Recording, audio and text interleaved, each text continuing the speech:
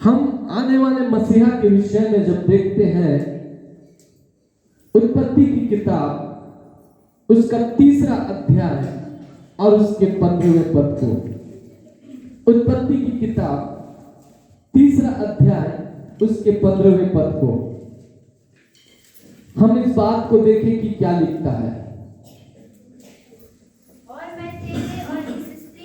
मैं तेरे और इस स्त्री के बीच में और तेरे वंश और इसके वंश के बीच में बैर उत्पन्न करूंगा। वह तेरे सिर को कुचल डालेगा और तू उसकी एड़ी को क्या करेगा?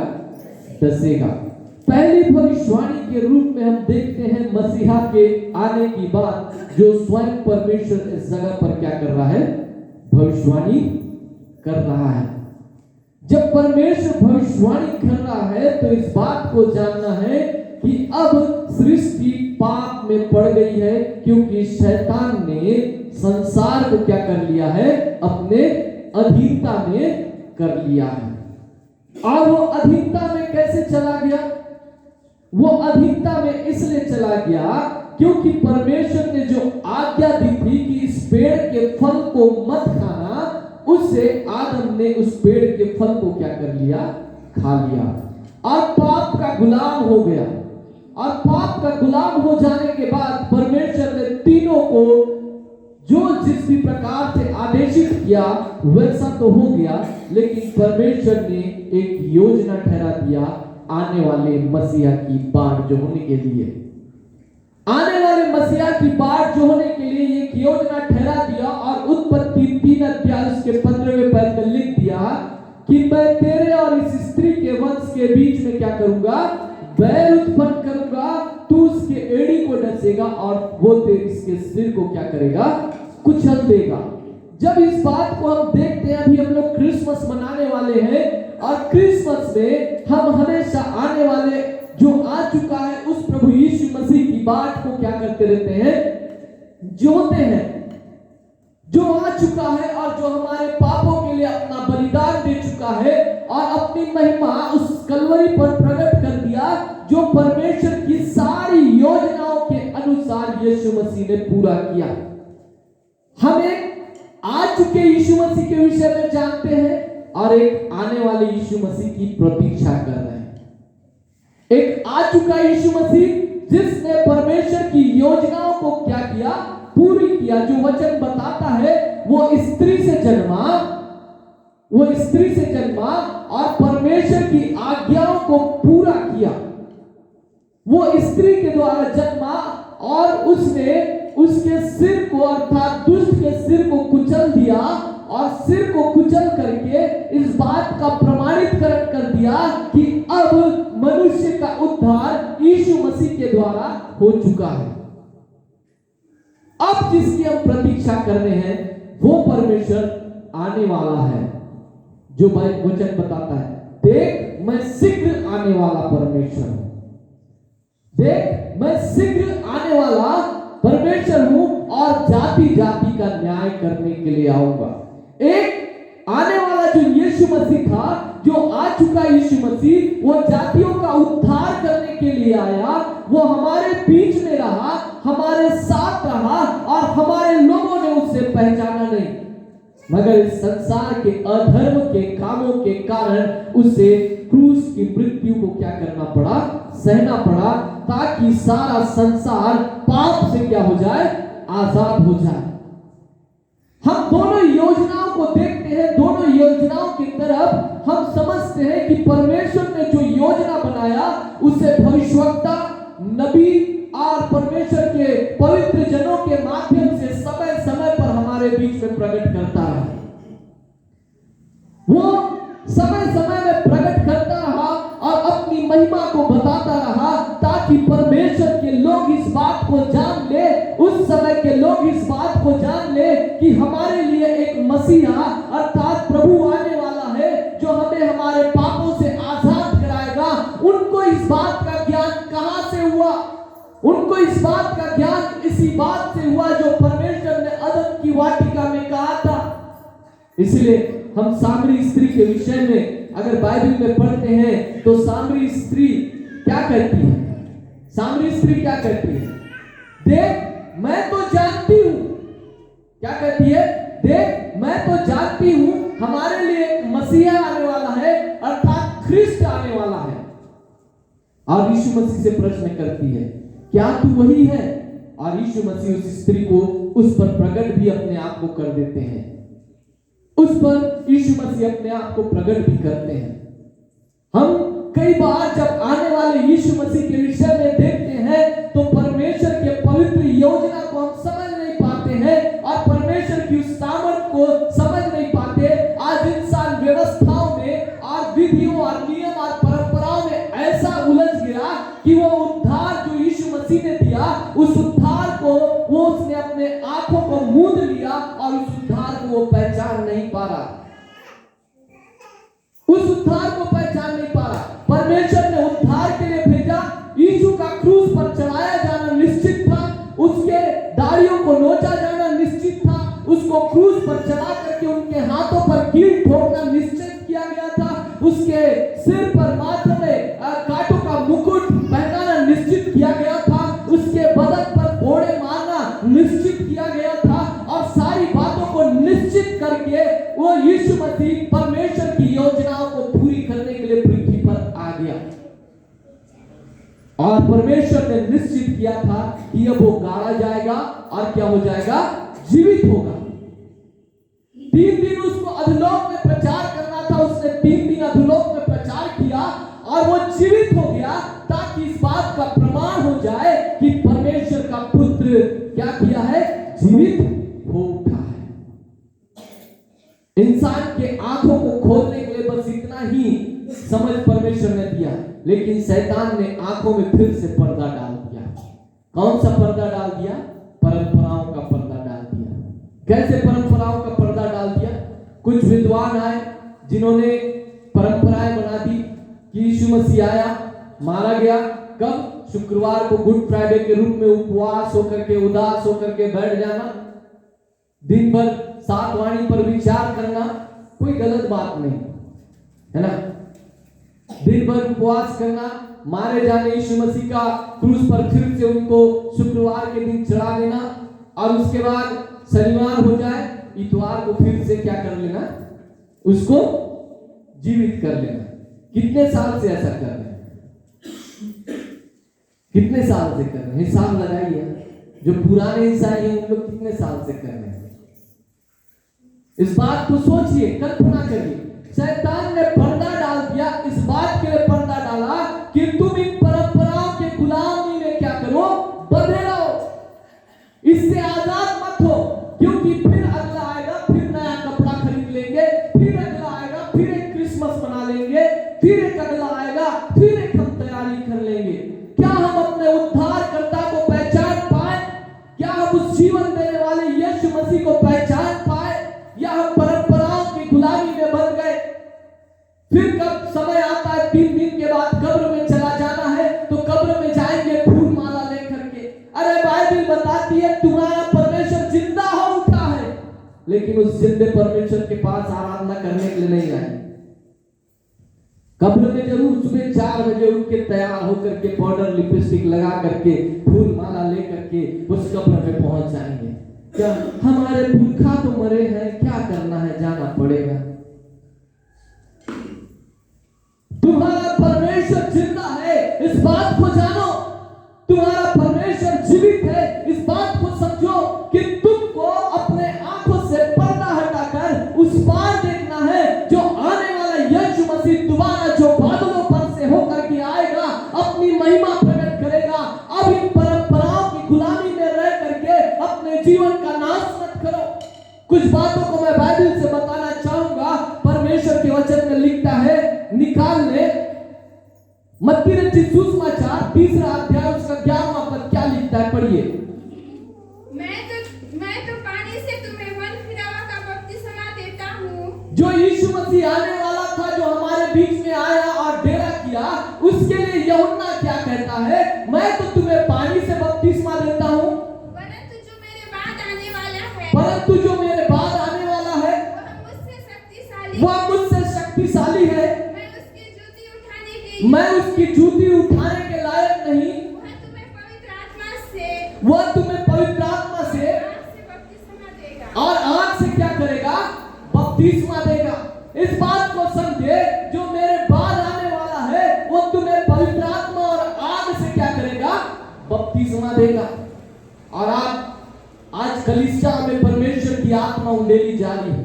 लोग पवित्र आत्मा से भर रहे हैं। पेंतिकोस्त के दिन में जब चेले 150 के लगभग चेले सुलेमान के 18 में बैठे हुए थे, उस जगह पर प्रार्थना कर रहे थे, तो परमेश्वर का वचन कहता है कि पवित्र आत्मा उनके ऊपर उतर आया और उनकी जीभ आग सी फटती हुई दिखाई दी। आग सी फटती दिखाई दी और पतरस ने सुसमाचार का प्रचार किया और लगभग 3,000-5,000 के लगभग प्रभु यीशु मसीह में विश्वास करने पाए। वो बातें जो पीछे थी छूट गई। अब नई रीति से परमेश्वर अपनी आत्मा को हमारे बीच में दे रहा है। नई रीति से परमेश्वर अपनी आत्मा को दे रहा है और यूहन्ना इस बात का प्रमाण दे रहा है। मेरे पास अर्थात वो यीशु मसीह यूहन्ना के चले जाने के बाद जब यीशु मसीह बपतिस्मा देगा, वो पवित्र आत्मा और आग का बपतिस्मा देगा। यीशु मसीह स्वयं कहते हैं बाइबल में, परमेश्वर का वचन कहता है मत्ती रचित सुसमाचार, तुम जाओ पिता पुत्र और पवित्र आत्मा के नाम से बपतिस्मा दो। पिता पुत्र और पवित्र आत्मा के नाम से बपतिस्मा दो। हम बपतिस्माओं के विषय में डिस्कस में लगे रहते हैं। परंपराओं में हमको ऐसा बपतिस्मा लेना है। आप कैसे भी बपतिस्मा ले, अगर आप अपने पवित्र जीवन को सही रीति से नहीं जी पा रहे हैं तो आपका बपतिस्मा लेना, आप डूब के बपतिस्मा ले ले या उड़ के बपतिस्मा ले ले या कहीं यरदन में जाके बपतिस्मा ले ले, आपके बपतिस्मा व्यर्थ है। अगर आपने परमेश्वर की पवित्रता को अपने अंदर में नहीं देखा तो, आपने अपने जीवन में परमेश्वर की उस पवित्र आत्मा को अपने अंदर उतर आने नहीं दिया तो आपका बपतिस्मा लेना क्या है ना? हम लोग बपतिस्मा किस लिए लेते हैं? पिछले समय पूछा था तो कुछ पुराने ईसाई बताए, क्या बोले? नाम रखने के लिए बाबू बपतिस्मा लेते हैं, है ना? नाम रखने के लिए बपतिस्मा लेते हैं तो फिर क्या बात है? लेकिन बपतिस्मा विश्वास है। यीशु मसीह कहते हैं ये परंपरा, इस परंपरा को क्या होने दे? पूरी होने दे। ये व्यवस्था, इस व्यवस्था को क्या होने दे? पूरी होने दे। लेकिन यूहन्ना कहता है मेरे बाद आने वाला आग और पवित्र आत्मा से बपतिस्मा देगा। मतलब यह है तुमने यीशु मसीह के मारे जाने, गाड़े जाने और जी उठने पर विश्वास किया, इसलिए बपतिस्मा लिया। एक वो यीशु मसीह जो आया, हमारे बीच में डेरा किया, अपना बलिदान किया और वो परमेश्वर अपने वचन के अनुसार हमारे बीच में रहा और अंधे देखते हैं, लंगड़े चलते हैं, मुर्दे जिलाए जाते हैं। बाइबल बताती है, पढ़िए, हम निकाल के पढ़ेंगे यूहन्ना रचित सुसमाचार, मरकुस रचित सुसमाचार, उसका पहला अध्याय और उसका 8वां पद। मैंने तो तुम्हें जल से बपतिस्मा दिया है, मैंने तो तुम्हें जल से बपतिस्मा दिया है, वह तुम्हें पवित्र आत्मा से बपतिस्मा वह तुम्हें पवित्र आत्मा से बपतिस्मा देगा। ये बातें आज कलीसियाओं में घट रही है। पवित्र आत्मा से बपतिस्मा लोग पा रहे हैं। मत्ती रचित सुसमाचार उसका 11 अध्याय उसका 3 पद पढ़े। क्या आने वाला तू ही है? क्या आने वाला तू ही है? क्या हम किसी दूसरे की बाट जो है? क्या हम दूसरे की बात जो है? यीशु ने उत्तर दिया, यीशु ने उत्तर दिया, जो कुछ तुम सुनते हो जो कुछ तुम सुनते हो और देखते हो वह सब जाकर यूहन्ना से कह दो यूहन्ना से कह दो कि अंधे देखते हैं, अंधे देखते हैं, लंगड़े चलते हैं, लंगड़े चलते हैं, कोढ़ी शुद्ध किए जाते हैं और बहरे सुनते हैं, और बहरे सुनते हैं मुर्दे जिलाए जाते और मुर्दे जिलाए जाते हैं और कंगालों को सुसमाचार सुनाया और कंगालों को सुसमाचार सुनाया जाता है। किसको कहने के लिए बोल रहा है? यूहन्ना को। यूहन्ना ने क्या कहलवा भेजा था? जो आने वाला है, क्या तू वही है या हम किसी और की प्रतीक्षा करें? यीशु मसीह ने जवाब में क्या कहा? अंधे देखते हैं, लंगड़े चलते हैं, मुर्दे जिलाए और इससे बड़ा जवाब क्या देगा? जाकर के यूहन्ना से बता दो कि अब परमेश्वर का राज्य हमारे बीच में है।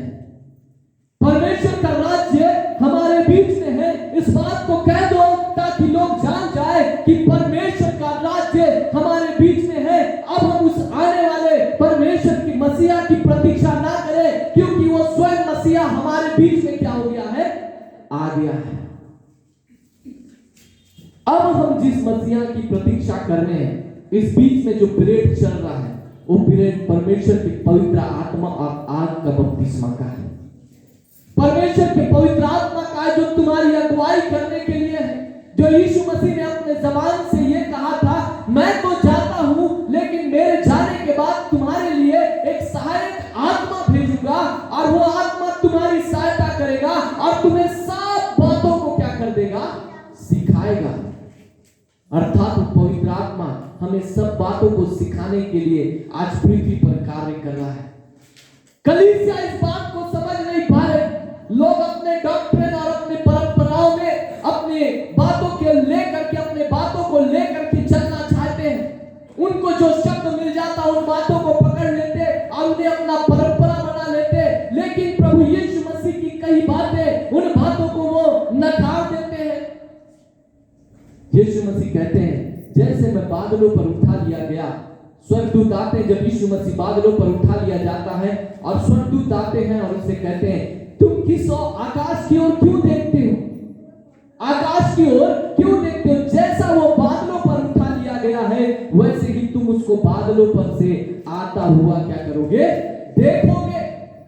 अब हम आंख उठा करके बादलों पर से आता हुआ यीशु मसीह को देखेंगे। बाइबल बताती है, हम उसको अलग विचारों की तरफ ले जाते हैं कि बाइबल हमको ऐसा बताई है। नहीं, ऐसा नहीं होगा। अब परमेश्वर वैसा बादलों पर थे, वो सब कथा और कहानी है। परमेश्वर झूठ बोल के गया था। मेरे प्रियो, बहुत से भरमाने वाले लोग आपको कई प्रकार की बातों को बताएंगे, लेकिन इस बात को जाने कि जो तुम्हारा यीशु मसीह है, अपने वचन को पूरा करने वाला, वो कहता है, अपने वचन में कहता है कि परमेश्वर के वचन का एक भी बिंदु, एक भी मात्रा बिना पूरा हुए नहीं टलने का। सारी बातें पूरी होगी, सारी बातें पृथ्वी पर पूरी होगी, सब चीज पूरा होगा। हम कुछ बात को देखते हैं। बाइबल बताती है, मत्ती रचित, लूका रचित सुसमाचार, उसका 3रा अध्याय, उसका 16वां पद।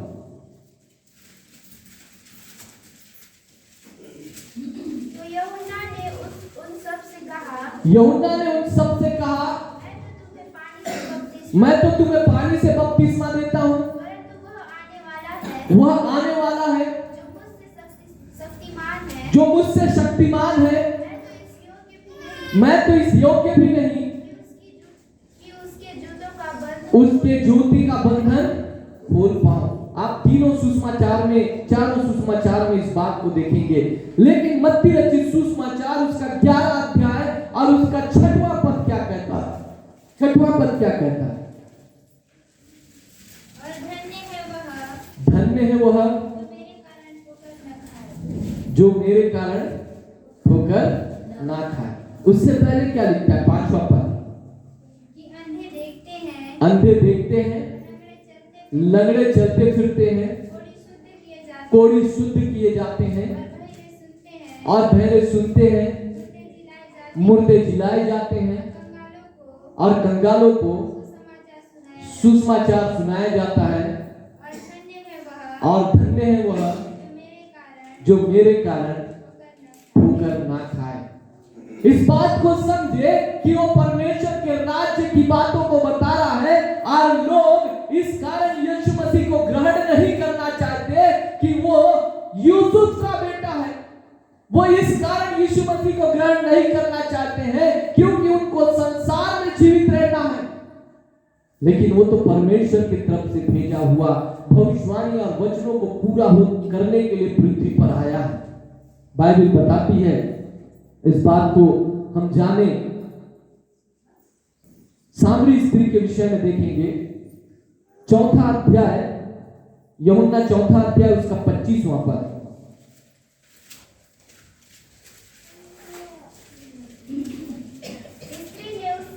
स्त्री ने उससे कहा, मैं जानती हूँ कि मैं जानती हूँ कि मसीह जो ख्रिस्त कहलाता है आने वाला है, जब वह आएगा तो हमें सब बातें बता देगा। तो सब बातें हमें क्या करेगा? बता देगा। क्या जानती है स्त्री? सामरी स्त्री को किसने बताया? सामरी स्त्री को किसने बताया? हमारे बाप दादाओं ने, उनके बाप दादाओं ने बताया कि ख्रिस्त आने वाला है, उसकी प्रतीक्षा करो। और सामरी स्त्री यीशु मसीह के सामने खड़ी है और प्रश्न कर रही है। क्या पूछ रही है? मैं जानती हूं कि कौन आने वाला है? ख्रिस्त आने वाला है। क्या तू वही है? उसके आगे यीशु मसीह क्या कहते हैं? पढ़िए। यीशु ने उससे कहा, मैं जो तुझसे बोल रहा हूं वही हूं। क्या बोला यीशु मसीह? मैं जो बोल रहा हूं मैं वही हूं। और उसके बाद सामरी नगर ने यीशु मसीह को क्या कर लिया? ग्रहण कर लिया और अपने नगर में 2 दिन तक वो परमेश्वर के राज्य के वचन को सुनते रहे, क्योंकि वो ठोकर नहीं खाए। उन्होंने परमेश्वर को पहचान लिया। वो पापी जो पाप में डूबे थे, लोग कहते थे क्या कोई सामरी से उद्धार करता प्रकट हो सकता है? लोग कहते थे कि कोई सामरी से कोई अच्छी वस्तुएं निकली है क्या? आज मैं और आप जाने इस बात को कि वही सामरियों ने यीशु मसीह को ग्रहण किया और अपने घर में 2 दिन तक, अपने नगर में 2 दिन तक प्रचार किया और उस नगर के बहुत से लोगों ने परमेश्वर के राज्य के लिए विश्वास किया। परमेश्वर के राज्य के लिए विश्वास किया। आज हमारा विश्वास कैसा है? हम सोचें, बाइबल बताती है, अगर हम लूका रचित सुसमाचार उसका 7 अध्याय उसके 20वें पद को देखेंगे तो वहां लिखता है, क्या आने वाला तू ही है या हम दूसरे की बाट जो है? आने वाला तू ही है या हम दूसरे की बाट जो है? और हम सामरी स्त्री के विषय में देखते हैं कि सामरी स्त्री यीशु मसीह को पहचान गई।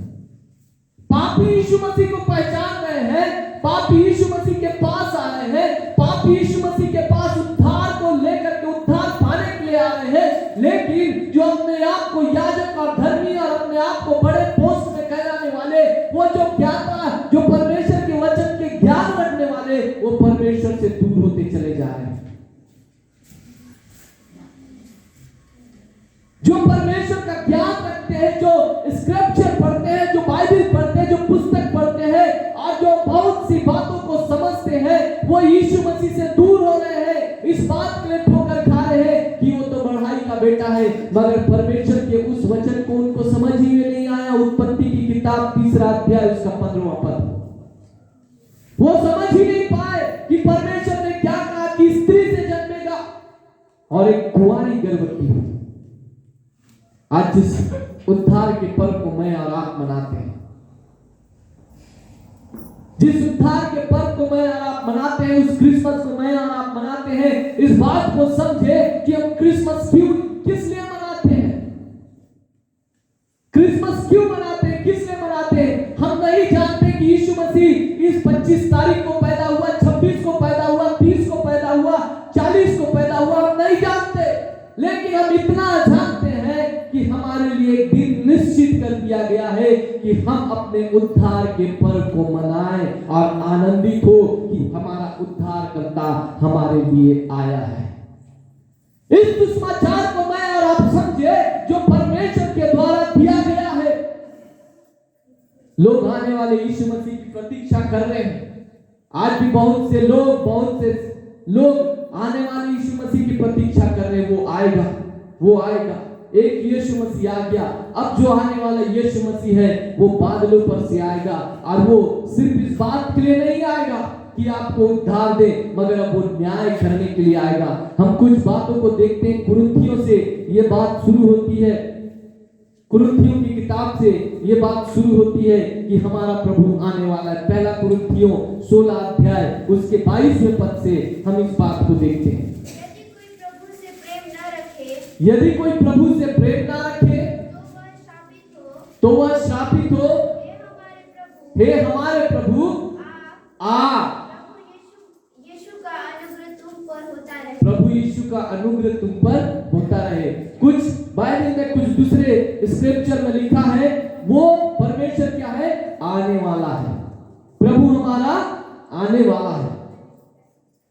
हम इस बात को समझे कि अब जो प्रभु आने वाला है वो न्याय करने आने वाला है। अब जो प्रभु आने वाला है वो हमारा उद्धार करने के लिए नहीं, मगर हमारे कर्मों के अनुसार, हमारे कुकर्मों के अनुसार, हमारे जीवन की हर एक बुराइयों के अनुसार वो हमारा न्याय करेगा। लेकिन इसमें भी अनुग्रह छिपा हुआ है।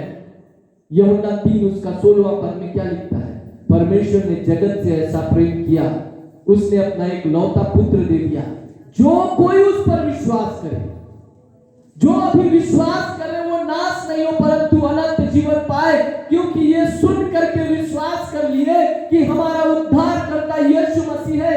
इन्होंने यीशु मसीह को जाकर नहीं देखा, मगर सुन करके उसके वचन पर ईमान लाए हैं, और ये ईमान के कारण वो विश्वास धर करके स्वर्ग के राज्य की बात जो हो रहे हैं। इसलिए वो विश्वास के साथ जो अंतिम समय तक इस विश्वास को धरे रहेंगे वो परमेश्वर के साथ परमेश्वर की महिमा में उठा लिए जाएंगे। न्याय होगा और न्याय के बाद परमेश्वर अपनी महिमा प्रकट करेगा। हम देखते हैं मत्ती रचित सुसमाचार उसका 16 अध्याय उसका 27वां पद क्या लिखता है, देखिए पढ़िए। मनुष्य का पुत्र अपने स्वर्गदूतों के साथ पिता की महिमा में आएगा, और उस समय हर एक को उसके कामों के अनुसार क्या करेगा, प्रतिफल देगा। हम कुछ जगहों पर और देखते हैं प्रेरितों के काम उसका पहला अध्याय उसके 11वें पद में लिखता है, जिस रीति से तुम उसे स्वर्ग को जाते हुए देखा है उसी रीति से वो फिर क्या करेगा, आएगा। हम लूका रचित सुसमाचार, यूहन्ना रचित सुसमाचार उसका 4था अध्याय उसके 30वें पद में देखते हैं, तो आकर तुम्हें अपने यहाँ ले जाऊंगा, जहां मैं रहूं वहां तुम भी क्या करोगे, रहोगे। लूका रचित सुसमाचार उसका 17 अध्याय उसके 30वें पद में लिखता है, मनुष्य के पुत्र के प्रकट होने के दिन ऐसा ही होगा। हम बहुत सी बातों में परमेश्वर के वचन से छूट जाते हैं। पहला थिस्सलुनीकियों उसका 2 अध्याय उसका 19वां पद में लिखता है, हमारे प्रभु यीशु मसीह के सन्मुख उसके आने के समय तुम ही हो। उसके बाद लिखता है पहला थिस्सलुनीकियों और उसका 4था अध्याय उसका 16वां पद क्या लिखता है, क्योंकि प्रभु आप स्वर्ग से उतरेगा, क्योंकि प्रभु आप कहां से उतरेगा, स्वर्ग से उतरेगा। और उसके बाद क्या लिखता है, प्रकाशित वाक्य पहला अध्याय उसका 17वां पद, देखो वह बादलों के साथ आने वाला है। और 22वां पद में लिखा है, देखो मैं शीघ्र आने वाला हूं। अब जिस यीशु मसीह की हम तैयारी कर रहे हैं वो यीशु मसीह न्याय करता यीशु मसीह है। अब यीशु मसीह आपके क्रिसमस का त्योहार मनाने से या आपके कब्र स्थान में जाने से आपको अपने साथ स्वर्ग ले जाने के लिए नहीं आएगा, मगर आपके कर्मों के अनुसार, आपके विश्वास और आपकी पवित्रता और आप किस प्रकार से जी रहे इस पृथ्वी पर, उसके अनुसार आपको लेकर के जाएगा। इसलिए अपनी तैयारी यीशु मसीह के आने के समय की करें, जो यीशु मसीह दोबारा आने वाला है। वो न्याय करने के लिए आएगा, वो क्रूस पर चढ़ने के लिए नहीं परंतु न्याय करने के लिए आएगा। बहुत से लोग इस बात को मानने के लिए तैयार नहीं। क्या प्रभु हमको वहन में रख सकता है जिसने कहा वो स्त्री से जन्मेगा, उसने स्त्री से ही जन्म लिया, दिलवाया, उसने हमको तो झूठ नहीं कहा ना। यशायाह में लिखता है एक कुंवारी गर्भवती होगी, एक कुंवारी गर्भवती हुई ना, उसने हमसे झूठ नहीं कहा।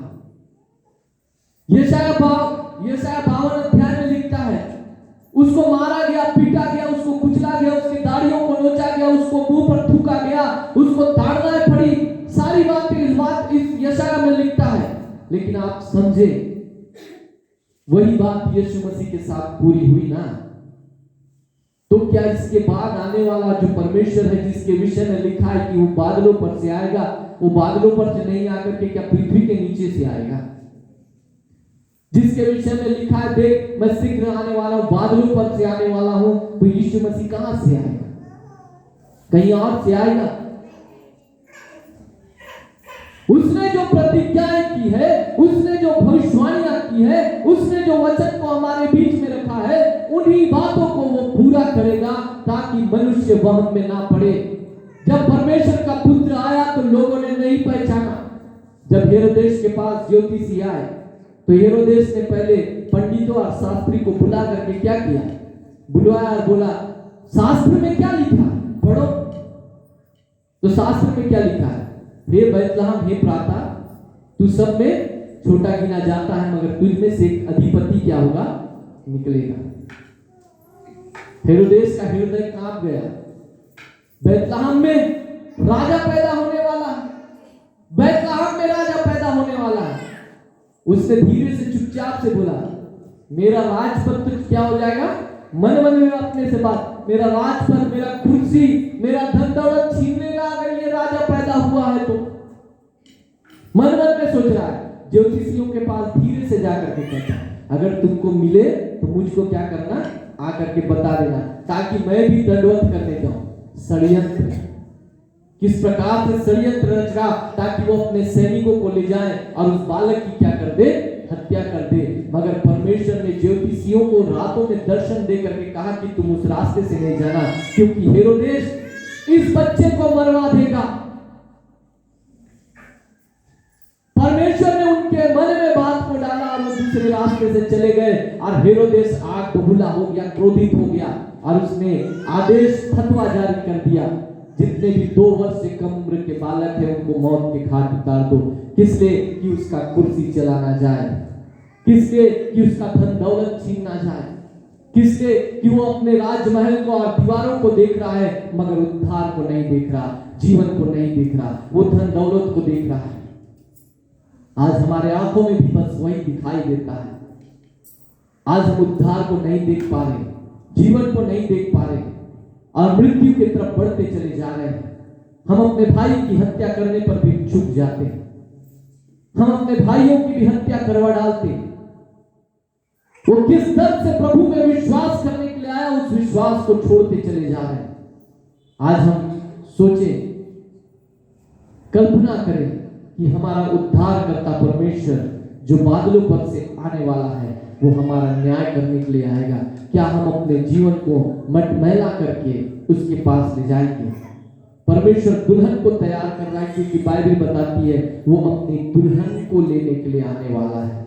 आप अपनी दुल्हन, उसकी दुल्हन बन करके तैयार हो रहे हैं। इसलिए अंतिम तक विश्वास योग्य बने रहे, क्योंकि वो परमेश्वर आने वाला है, प्रभु यीशु मसीह आने वाला है और वो बादलों पर से आने वाला है। प्रार्थना करें। हे पिता, हम तेरा धन्यवाद करते हैं, तू अनुग्रह से भरपूर और स्तुति के योग्य परमेश्वर है। तू हमारी प्रार्थनाओं को स्वर्ग में से सुन करके उत्तर देता है। तू अपने शब्दों से मुकरता नहीं और अपने वादों को पूरा करने में सामर्थी है। हे पिता, हम तेरा धन्यवाद करते हैं, तू अपनी कलीसिया को तैयार करता और मजबूत करता है, ताकि तेरी कलीसिया यीशु मसीह के उद्धार में और जीवन में आगे बढ़ सके। हम सारी महिमा आपको देते, प्रार्थना यीशु के नाम से मांगते हैं, आमीन।